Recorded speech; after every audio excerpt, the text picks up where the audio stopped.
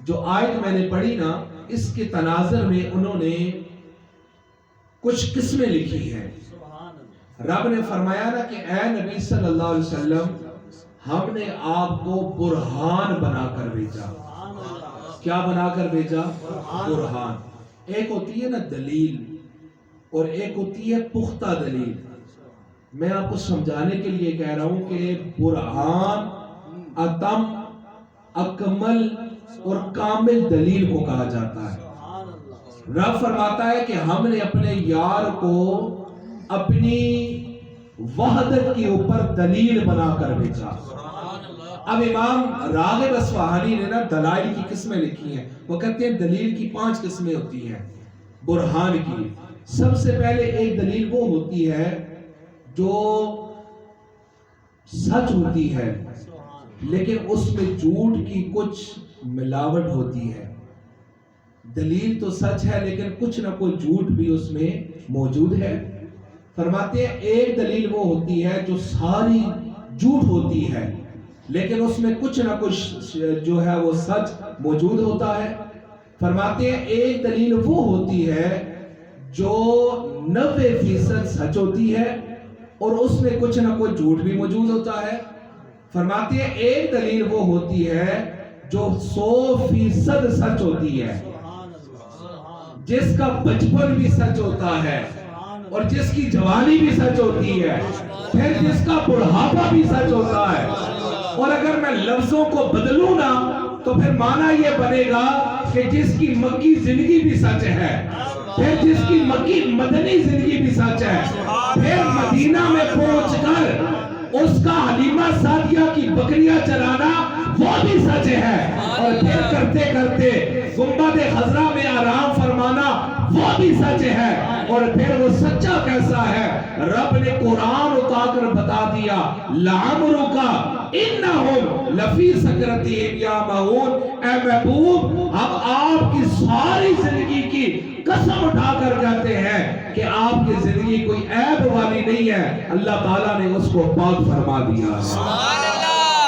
تجلیوں کے کفیل تم ہو اور مراد قلب سلیم تم ہو اور خدا کی روشن دلیل تم ہو، خدا کی روشن دلیل تم ہو، اور یہ ساری تمہاری ہی روشنی ہے۔ جس کو جو ملا اور جس نے جو کوئی تقسیم کیا، وہ جو پیچھے منبع ہے وہ کوئی اور نہیں ہے، نبی علیہ السلام نے ہر جگہ پر اپنی خیرات کو بانٹا ہے، ہر جگہ پہ اپنی خیرات کو بانٹا۔ حضور نبی کریم علیہ السلام کے غلاموں، مدینہ طیبہ ہے اور 80 سال کے ایک بزرگ ہیں، نام ہے ان کا حدیب۔ فرمایا گیا کہ ہم ان کی ملاقات کے لیے گئے، تابعی فرماتے ہیں، تو ہم نے دیکھا کہ 90 سال بزرگوں کی عمر ہے، آنکھیں بالکل سفید ہیں جیسے نبینہ بندے کی ہوتی ہیں، اور اس عمر میں ایسی آنکھوں کے باوجود وہ گھر میں بیٹھ کر سوئی میں دھاگا ڈال رہے تھے۔ 90 سال کی عمر میں آنکھیں بالکل سفید جیسے نبینہ بندے کی ہوتی ہیں۔ فرمایا کہ ہم نے پوچھا کہ یہ فیض کہاں سے ملا، کیا ہوا؟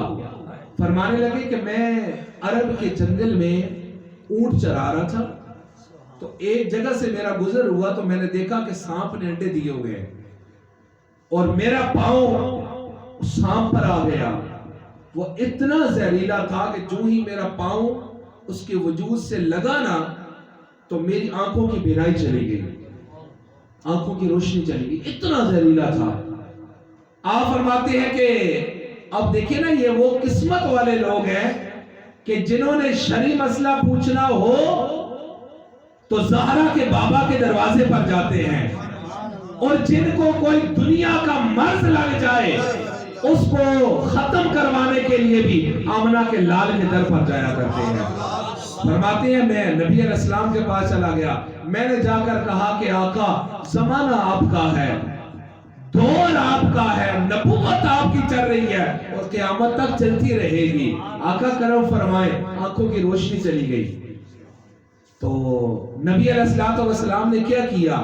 وہ لعاب دہن تھوک مبارک، جو میرا تھوک ہو یا آپ کا ہو تو یہ بیماریاں پھیلاتا ہے، بیماریاں پھیلاتا ہے۔ لیکن یہی لعاب دہن جب نبی علیہ السلام نے اپنی انگلی پر لگا کر حضرت حدیب کی آنکھوں پر لگائے، آپ نے فرمایا کہ آنکھوں کا رنگ تو نہیں بدلا، وہی سفید آنکھیں رہی، لیکن نور اتنا آ گیا کہ 90 سال کی عمر میں ایسی آنکھیں جیسے نبینا بندے کی تھی، اس میں کالی کوئی امیزش نہیں تھی۔ فرمایا گھر میں بیٹھ کر اس عمر میں نبی علیہ السلام نے وہ فیض عطا کیا کہ میں سوئی میں دھاگا ڈال دیتا ہوں۔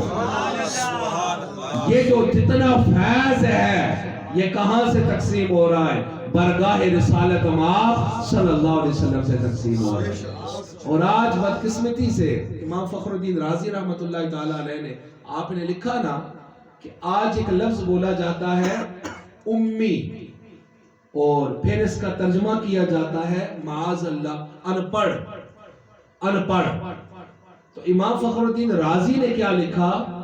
آپ نے فرمایا کہ اللہ تعالیٰ نے جو میرے اور آپ کے نبی صلی اللہ علیہ وسلم کو بڑے بڑے معجزے عطا کیے ہیں نا، ان میں سے ایک معجزہ امی ہونا بھی ہے، امی ہونا، جس کو یہ لوگ آج عیب سمجھ کر کہتے ہیں کہ یہ تو معاذ اللہ ان پڑھ تھے اور یہ صحابہ سے لکھوایا کرتے تھے آیات، یہ خود نہیں لکھ سکتے۔ تو پھر آپ نے کیا اس کا شاندار ترجمہ کیا؟ خدا کی عزت کی قسم، آج جس بندے نے 4 لفظ انگلش کے بول لینا، ہماری جوان نسل اس سے مرغوب ہو جاتی ہے۔ میں آپ کو ایک پیمانہ دیتا ہوں، ایک پیمانہ یاد رکھیں، جس کا بیان سن کر آپ کے دل میں عشق مصطفیٰ کے اس میں اضافہ ہو جائے اور عشق مصطفیٰ کا سمندر ہاتھے مارنا شروع کر لے، سمجھ جائیں یہ بندہ حق پر ہے۔ اور جس کا بیان سن کر دل میں جو عشق مصطفیٰ، محبت مصطفیٰ موجود ہو، اس میں بھی کمی آ جائے، معاذ اللہ وہ تو ہماری طرح تھے، ہم نے بھی شادیاں کی، انہوں نے بھی شادیاں کی، ہم نے بھی گھر بسائے، انہوں نے بھی ایسا کیا۔ تو پھر اگر یہ پیمانہ ہو تو سمجھ جائے یہ صرف محض لفظوں کا ہیر پھیر ہے، یہ صرف بیان کی شعلہ بیانی ہے، وگرنہ اس کے پیچھے حقیقت وہی ہے، یہ شیطانی چال ہے جو ہمیں اور ہماری نسلوں کو برگاہ رسالت مآب سے دور کر رہی ہے۔ اب امام فخر الدین رازی نے کیا لکھا؟ آپ فرمانے لگے کہ یہ جو لفظ امی ہے نا، اس کا معنی ان پڑھ نہیں ہوتا، فرمایا اس کا معنی یہ ہے کہ وہ ہستی کہ جس کا استاد دنیا میں کوئی موجود نہ ہو، جس نے دنیا میں کسی سے نہ پڑھا ہو، اس کو امی کہا جاتا ہے۔ اور یہ نہ کہو کہ یہ ان پڑھ تھے، رب نے سورہ رحمان میں فرما دیا الرحمن علم القرآن، فرمایا رحمان کی شان یہ ہے کہ اس نے اپنے بندے کو قرآن پڑھا دیا ہے، قرآن سکھا دیا ہے، قرآن کا علم دے دیا ہے۔ اور پھر قرآن کی شان کیا ہے؟ وَلَا رَتْبٍ وَلَا يَابِسٍ، ہر خشک و تر شے رب نے قرآن میں رکھی، اور پھر اس کا علم اللہ تعالیٰ نے آمنہ کے لال کو عطا فرما دیا۔ ہر شے کو اٹھا کر قرآن میں سجایا، پھر اس قرآن کا علم اللہ تعالیٰ نے اپنے محبوب علیہ السلام کو عطا فرما دیا۔ آپ نے فرمایا یہ کیسے ان پڑھ ہے، یہ کیسے ان پڑھ ہے؟ خود دنیا میں کسی سے نہیں پڑھا، اور خود دنیا میں دنیا کی کوئی کتاب نہیں پڑھی۔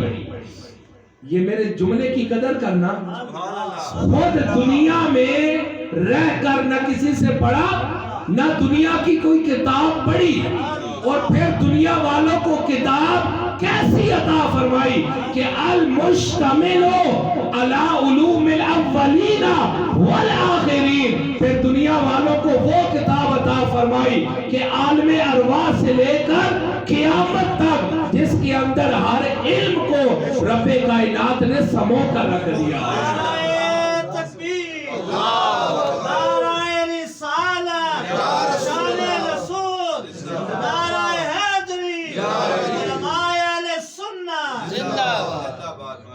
اللہ تبارک و تعالی نے آپ کو پھر وہ کتاب عطا فرمائی، آپ نے پھر اپنی امت کو وہ کتاب عطا فرمائی جس میں اولین کا علم بھی تھا، جس میں آخرین کا علم بھی تھا، عالم ارواح سے لے کر وہ جو اللہ نے نبیوں سے خطاب کیا تھا، قیامت تک اللہ تعالیٰ نے ہر شے کو قرآن کے اندر رکھ دیا ہے۔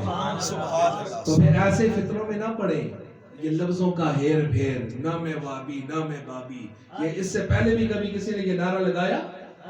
غوث اعظم سے پوچھے جائے وہ بھی کہتے ہیں میں تو سنی ہوں، وہ یہ تو نہیں کہتے کہ میرا کسی سے تعلق نہیں۔ اور جب پوچھا گیا امام حسن مجتبی سے جا کر، جب آقا علیہ الصلوۃ والسلام کا وصال ہوا ظاہری طور پر، کہا گیا کہ حضرت آپ بتائیں قرآن ہمیں اس دروازے سے ملا، فرمایا نبی علیہ الصلوۃ والسلام نے ایک علامت بیان فرمائی تھی کہ جو حق جماعت ہوگی اس کی یہ علامت ہے۔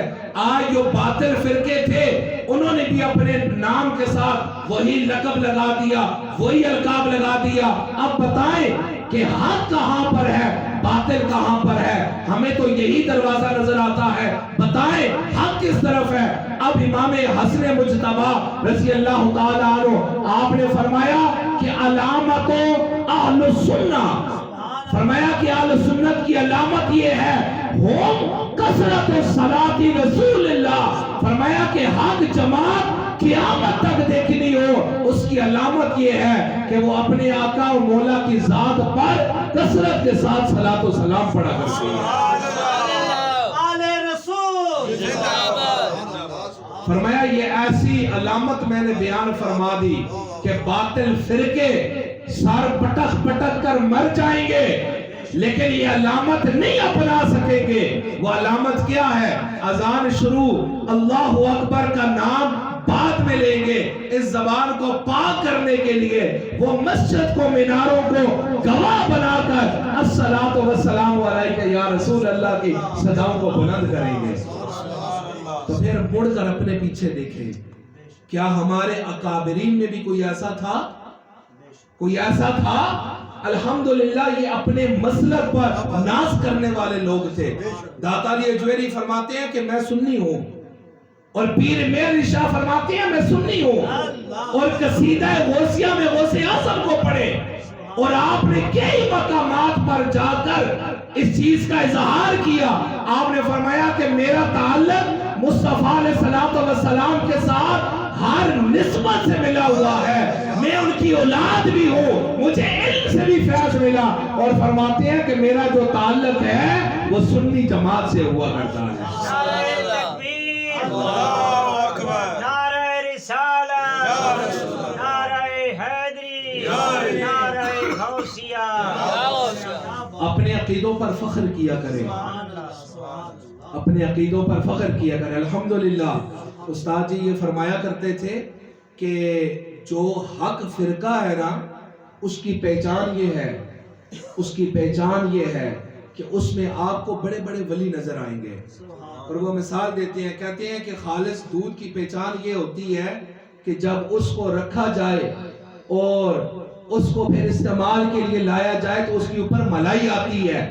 فرمایا کہا جاتا ہے کہ یہ جو ہے یہ خالص ہے کہ اس کے اوپر ملائی آئی ہے۔ فرمایا جیسے دودھ کی پہچان ملائی سے کی جاتی ہے، فرمایا ایسے ہی جب کسی مسلک کو دیکھنا ہو یہ حق ہے یا باطل ہے، اس کی پہچان یہ ہے کہ اس عقیدے پر عمل کر لو، اس میں پھر داتا علی اجویری جیسے ولی پیدا ہوتے ہیں، اس میں پھر میرے علی شاہ جیسے ولی پیدا ہوتے ہیں۔ اور آپ پھر ڈھونڈیں، میرا یہ چیلنج ہے کہ باطل فرقے میں کوئی بھی آپ کو ولی نظر نہیں آئے گا، آپ کو کوئی صاحب بصیرت نظر نہیں آئے گا۔ ایسے تو نظر آئیں گے کہ جن کی قبروں میں ہر 15 دن کے بعد جا کر مٹی ڈالنی پڑتی ہے، میں نام نہیں لینا چاہتا، سمجھ گئے آپ کہ مٹی ڈالتے ہیں تو اگلی نیچے چلی جاتی ہے، لیکن ہم ان کے ماننے والے ہیں کہ جہاں مٹی ڈالی نہیں جاتی، مٹی اٹھا کر اس کو فیض بنا کر گھروں میں لایا جاتا ہے، تو کہا جاتا ہے کہ یہ ہمارے لیے شفا کا کام کرتی ہے۔ تو پھر الحمدللہ اس مسلک سے ہمارا تعلق ہے، مصطفیٰ علیہ السلام کے